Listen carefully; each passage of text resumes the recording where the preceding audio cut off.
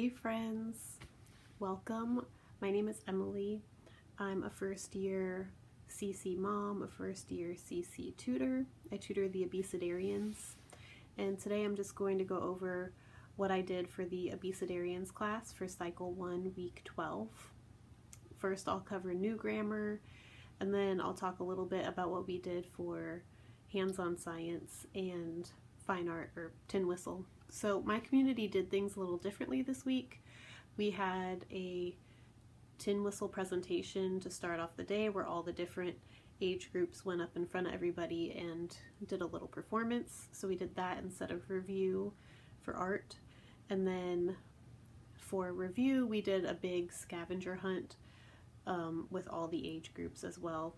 So we included hands-on science in there with that big review scavenger hunt. So the only thing I was doing one-on-one with the kids was new grammar and presentations. For new grammar, we started off with geography. The maps were already all laid out at the kids' tables. I had marked them up the night before. I use these sheets I got from CC Connected. I will put the information in the description. I use this to help me mark up the map the night before. Every kid gets a Q-tip and they have to locate the places on the map that I say out loud. So first we looked at the yellow circle, which was tour. So the kids pointed to it and we said tour, tour, tour 3 times. I got that from, I think it's Love Mrs. C, her channel. I'll link it in the description.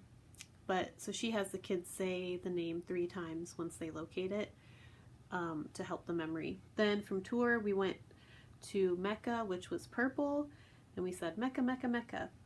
Then we went to Medina, which was green, then Baghdad, which was orange. I just did them all in little circles around the circle that was already on the map.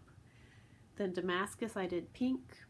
That one I did up with all the other locations. I didn't do it in the little box at the bottom because I have the 4- and 5-year-olds. I think it's harder for them to understand that box area, so I tried to keep them all in the one spot on the map. And then Syria, we outlined it in blue. Then after that, the kids could erase it. So I said, okay, go to tour, show me you know where tour is. They pointed to it, and I said, okay, now you can erase it. So they used their Q-tips to erase it. And we did that with all the locations. And then each kid got their own Lego person, and they took their Lego people around on a trip. So first we jumped on tour, then we jumped on Mecca. We jumped all around the map in order, the same order we started with. And the last one, we jumped on Damascus. And then because Syria was a bigger area, we danced around in Syria. After that we did timeline. This is when we start snack in our class. I just read off of the cards and show the cards around to the kids, and then I put the card up on the board and I put them up in order. Then I play the song and point to them in order, or sometimes I'll skip me doing it and I'll just have the kids come right up. They each take a turn, they get their pointer, and as I play the song they point to them in order. Next we have science. I used this visual aid that I got from CC Connected. I can't remember if it was in the sandbox or not, but either way I'll link it in the description. So as I described each of these things to the kids, I taught them the hand motions we're going to do. So I said, what are some plant systems? They repeated, what are some plant systems? The first one is photosynthesis. That's where plants take in carbon dioxide and water, and then the sunlight converts that to food. So we're going to do this for the sunlight for photosynthesis. Like our hand is the sun, and this is the earth or the plant. And the next one is respiration, and that is when plants take in oxygen and give off carbon dioxide, and that happens at night when there's no sunlight. So we did this for respiration because it's what the plants do at nighttime when there's no sun. And then transpiration is when water vapor is given off through the pores of leaves. So for transpiration, we had our hands be the leaves and we did this like we were flicking water. So transpiration. And then after that, I played them the song that I got from CC Connected. It's to the tune of Little Bunny Foo Foo. So this is how it goes. What are some plant systems? Some plant systems are photosynthesis, respiration, transpiration. Photosynthesis, respiration, transpiration. Then we just sang through that 3 times. Then for math, I read the memory work and the kids repeated after me. And after that, I taught them the song, which I also got from Love Mrs. C.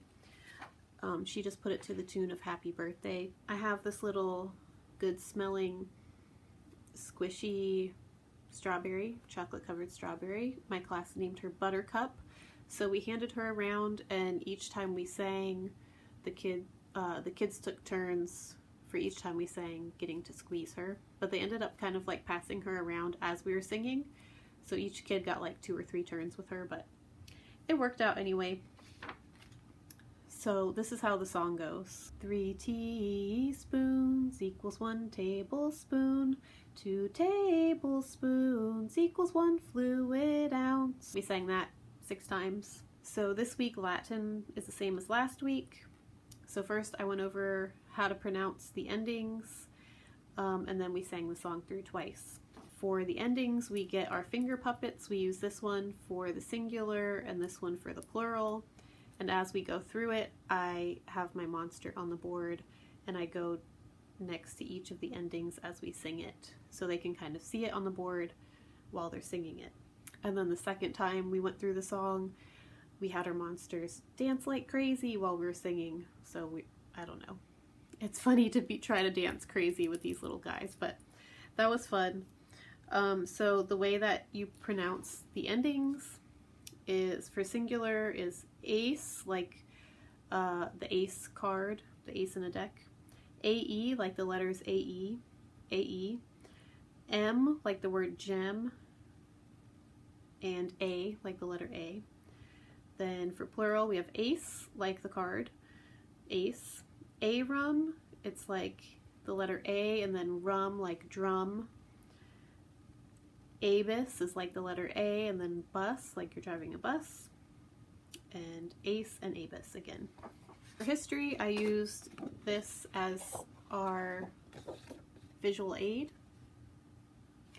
As I read off the sentence, I taught the kids the hand motions we were doing and also used the visuals. In 622, Islam, so for Islam, we're going to bow down like this, like Muslim people do when they're praying.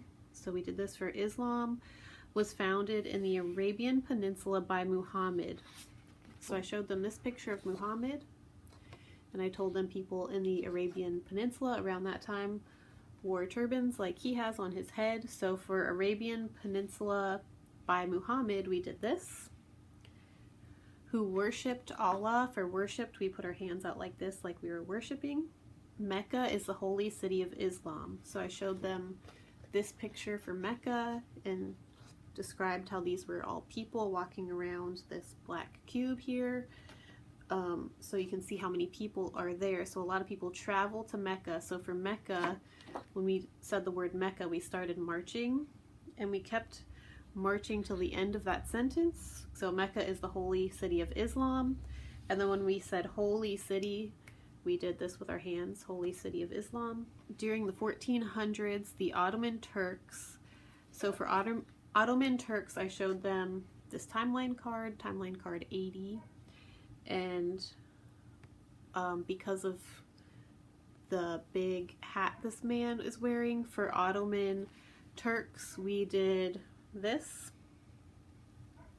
So the Ottoman Turks expanded the Muslim Empire, so we did this for expanded the Muslim Empire. So I'll go through that one more time and just hit the keywords. So for Islam, we did this.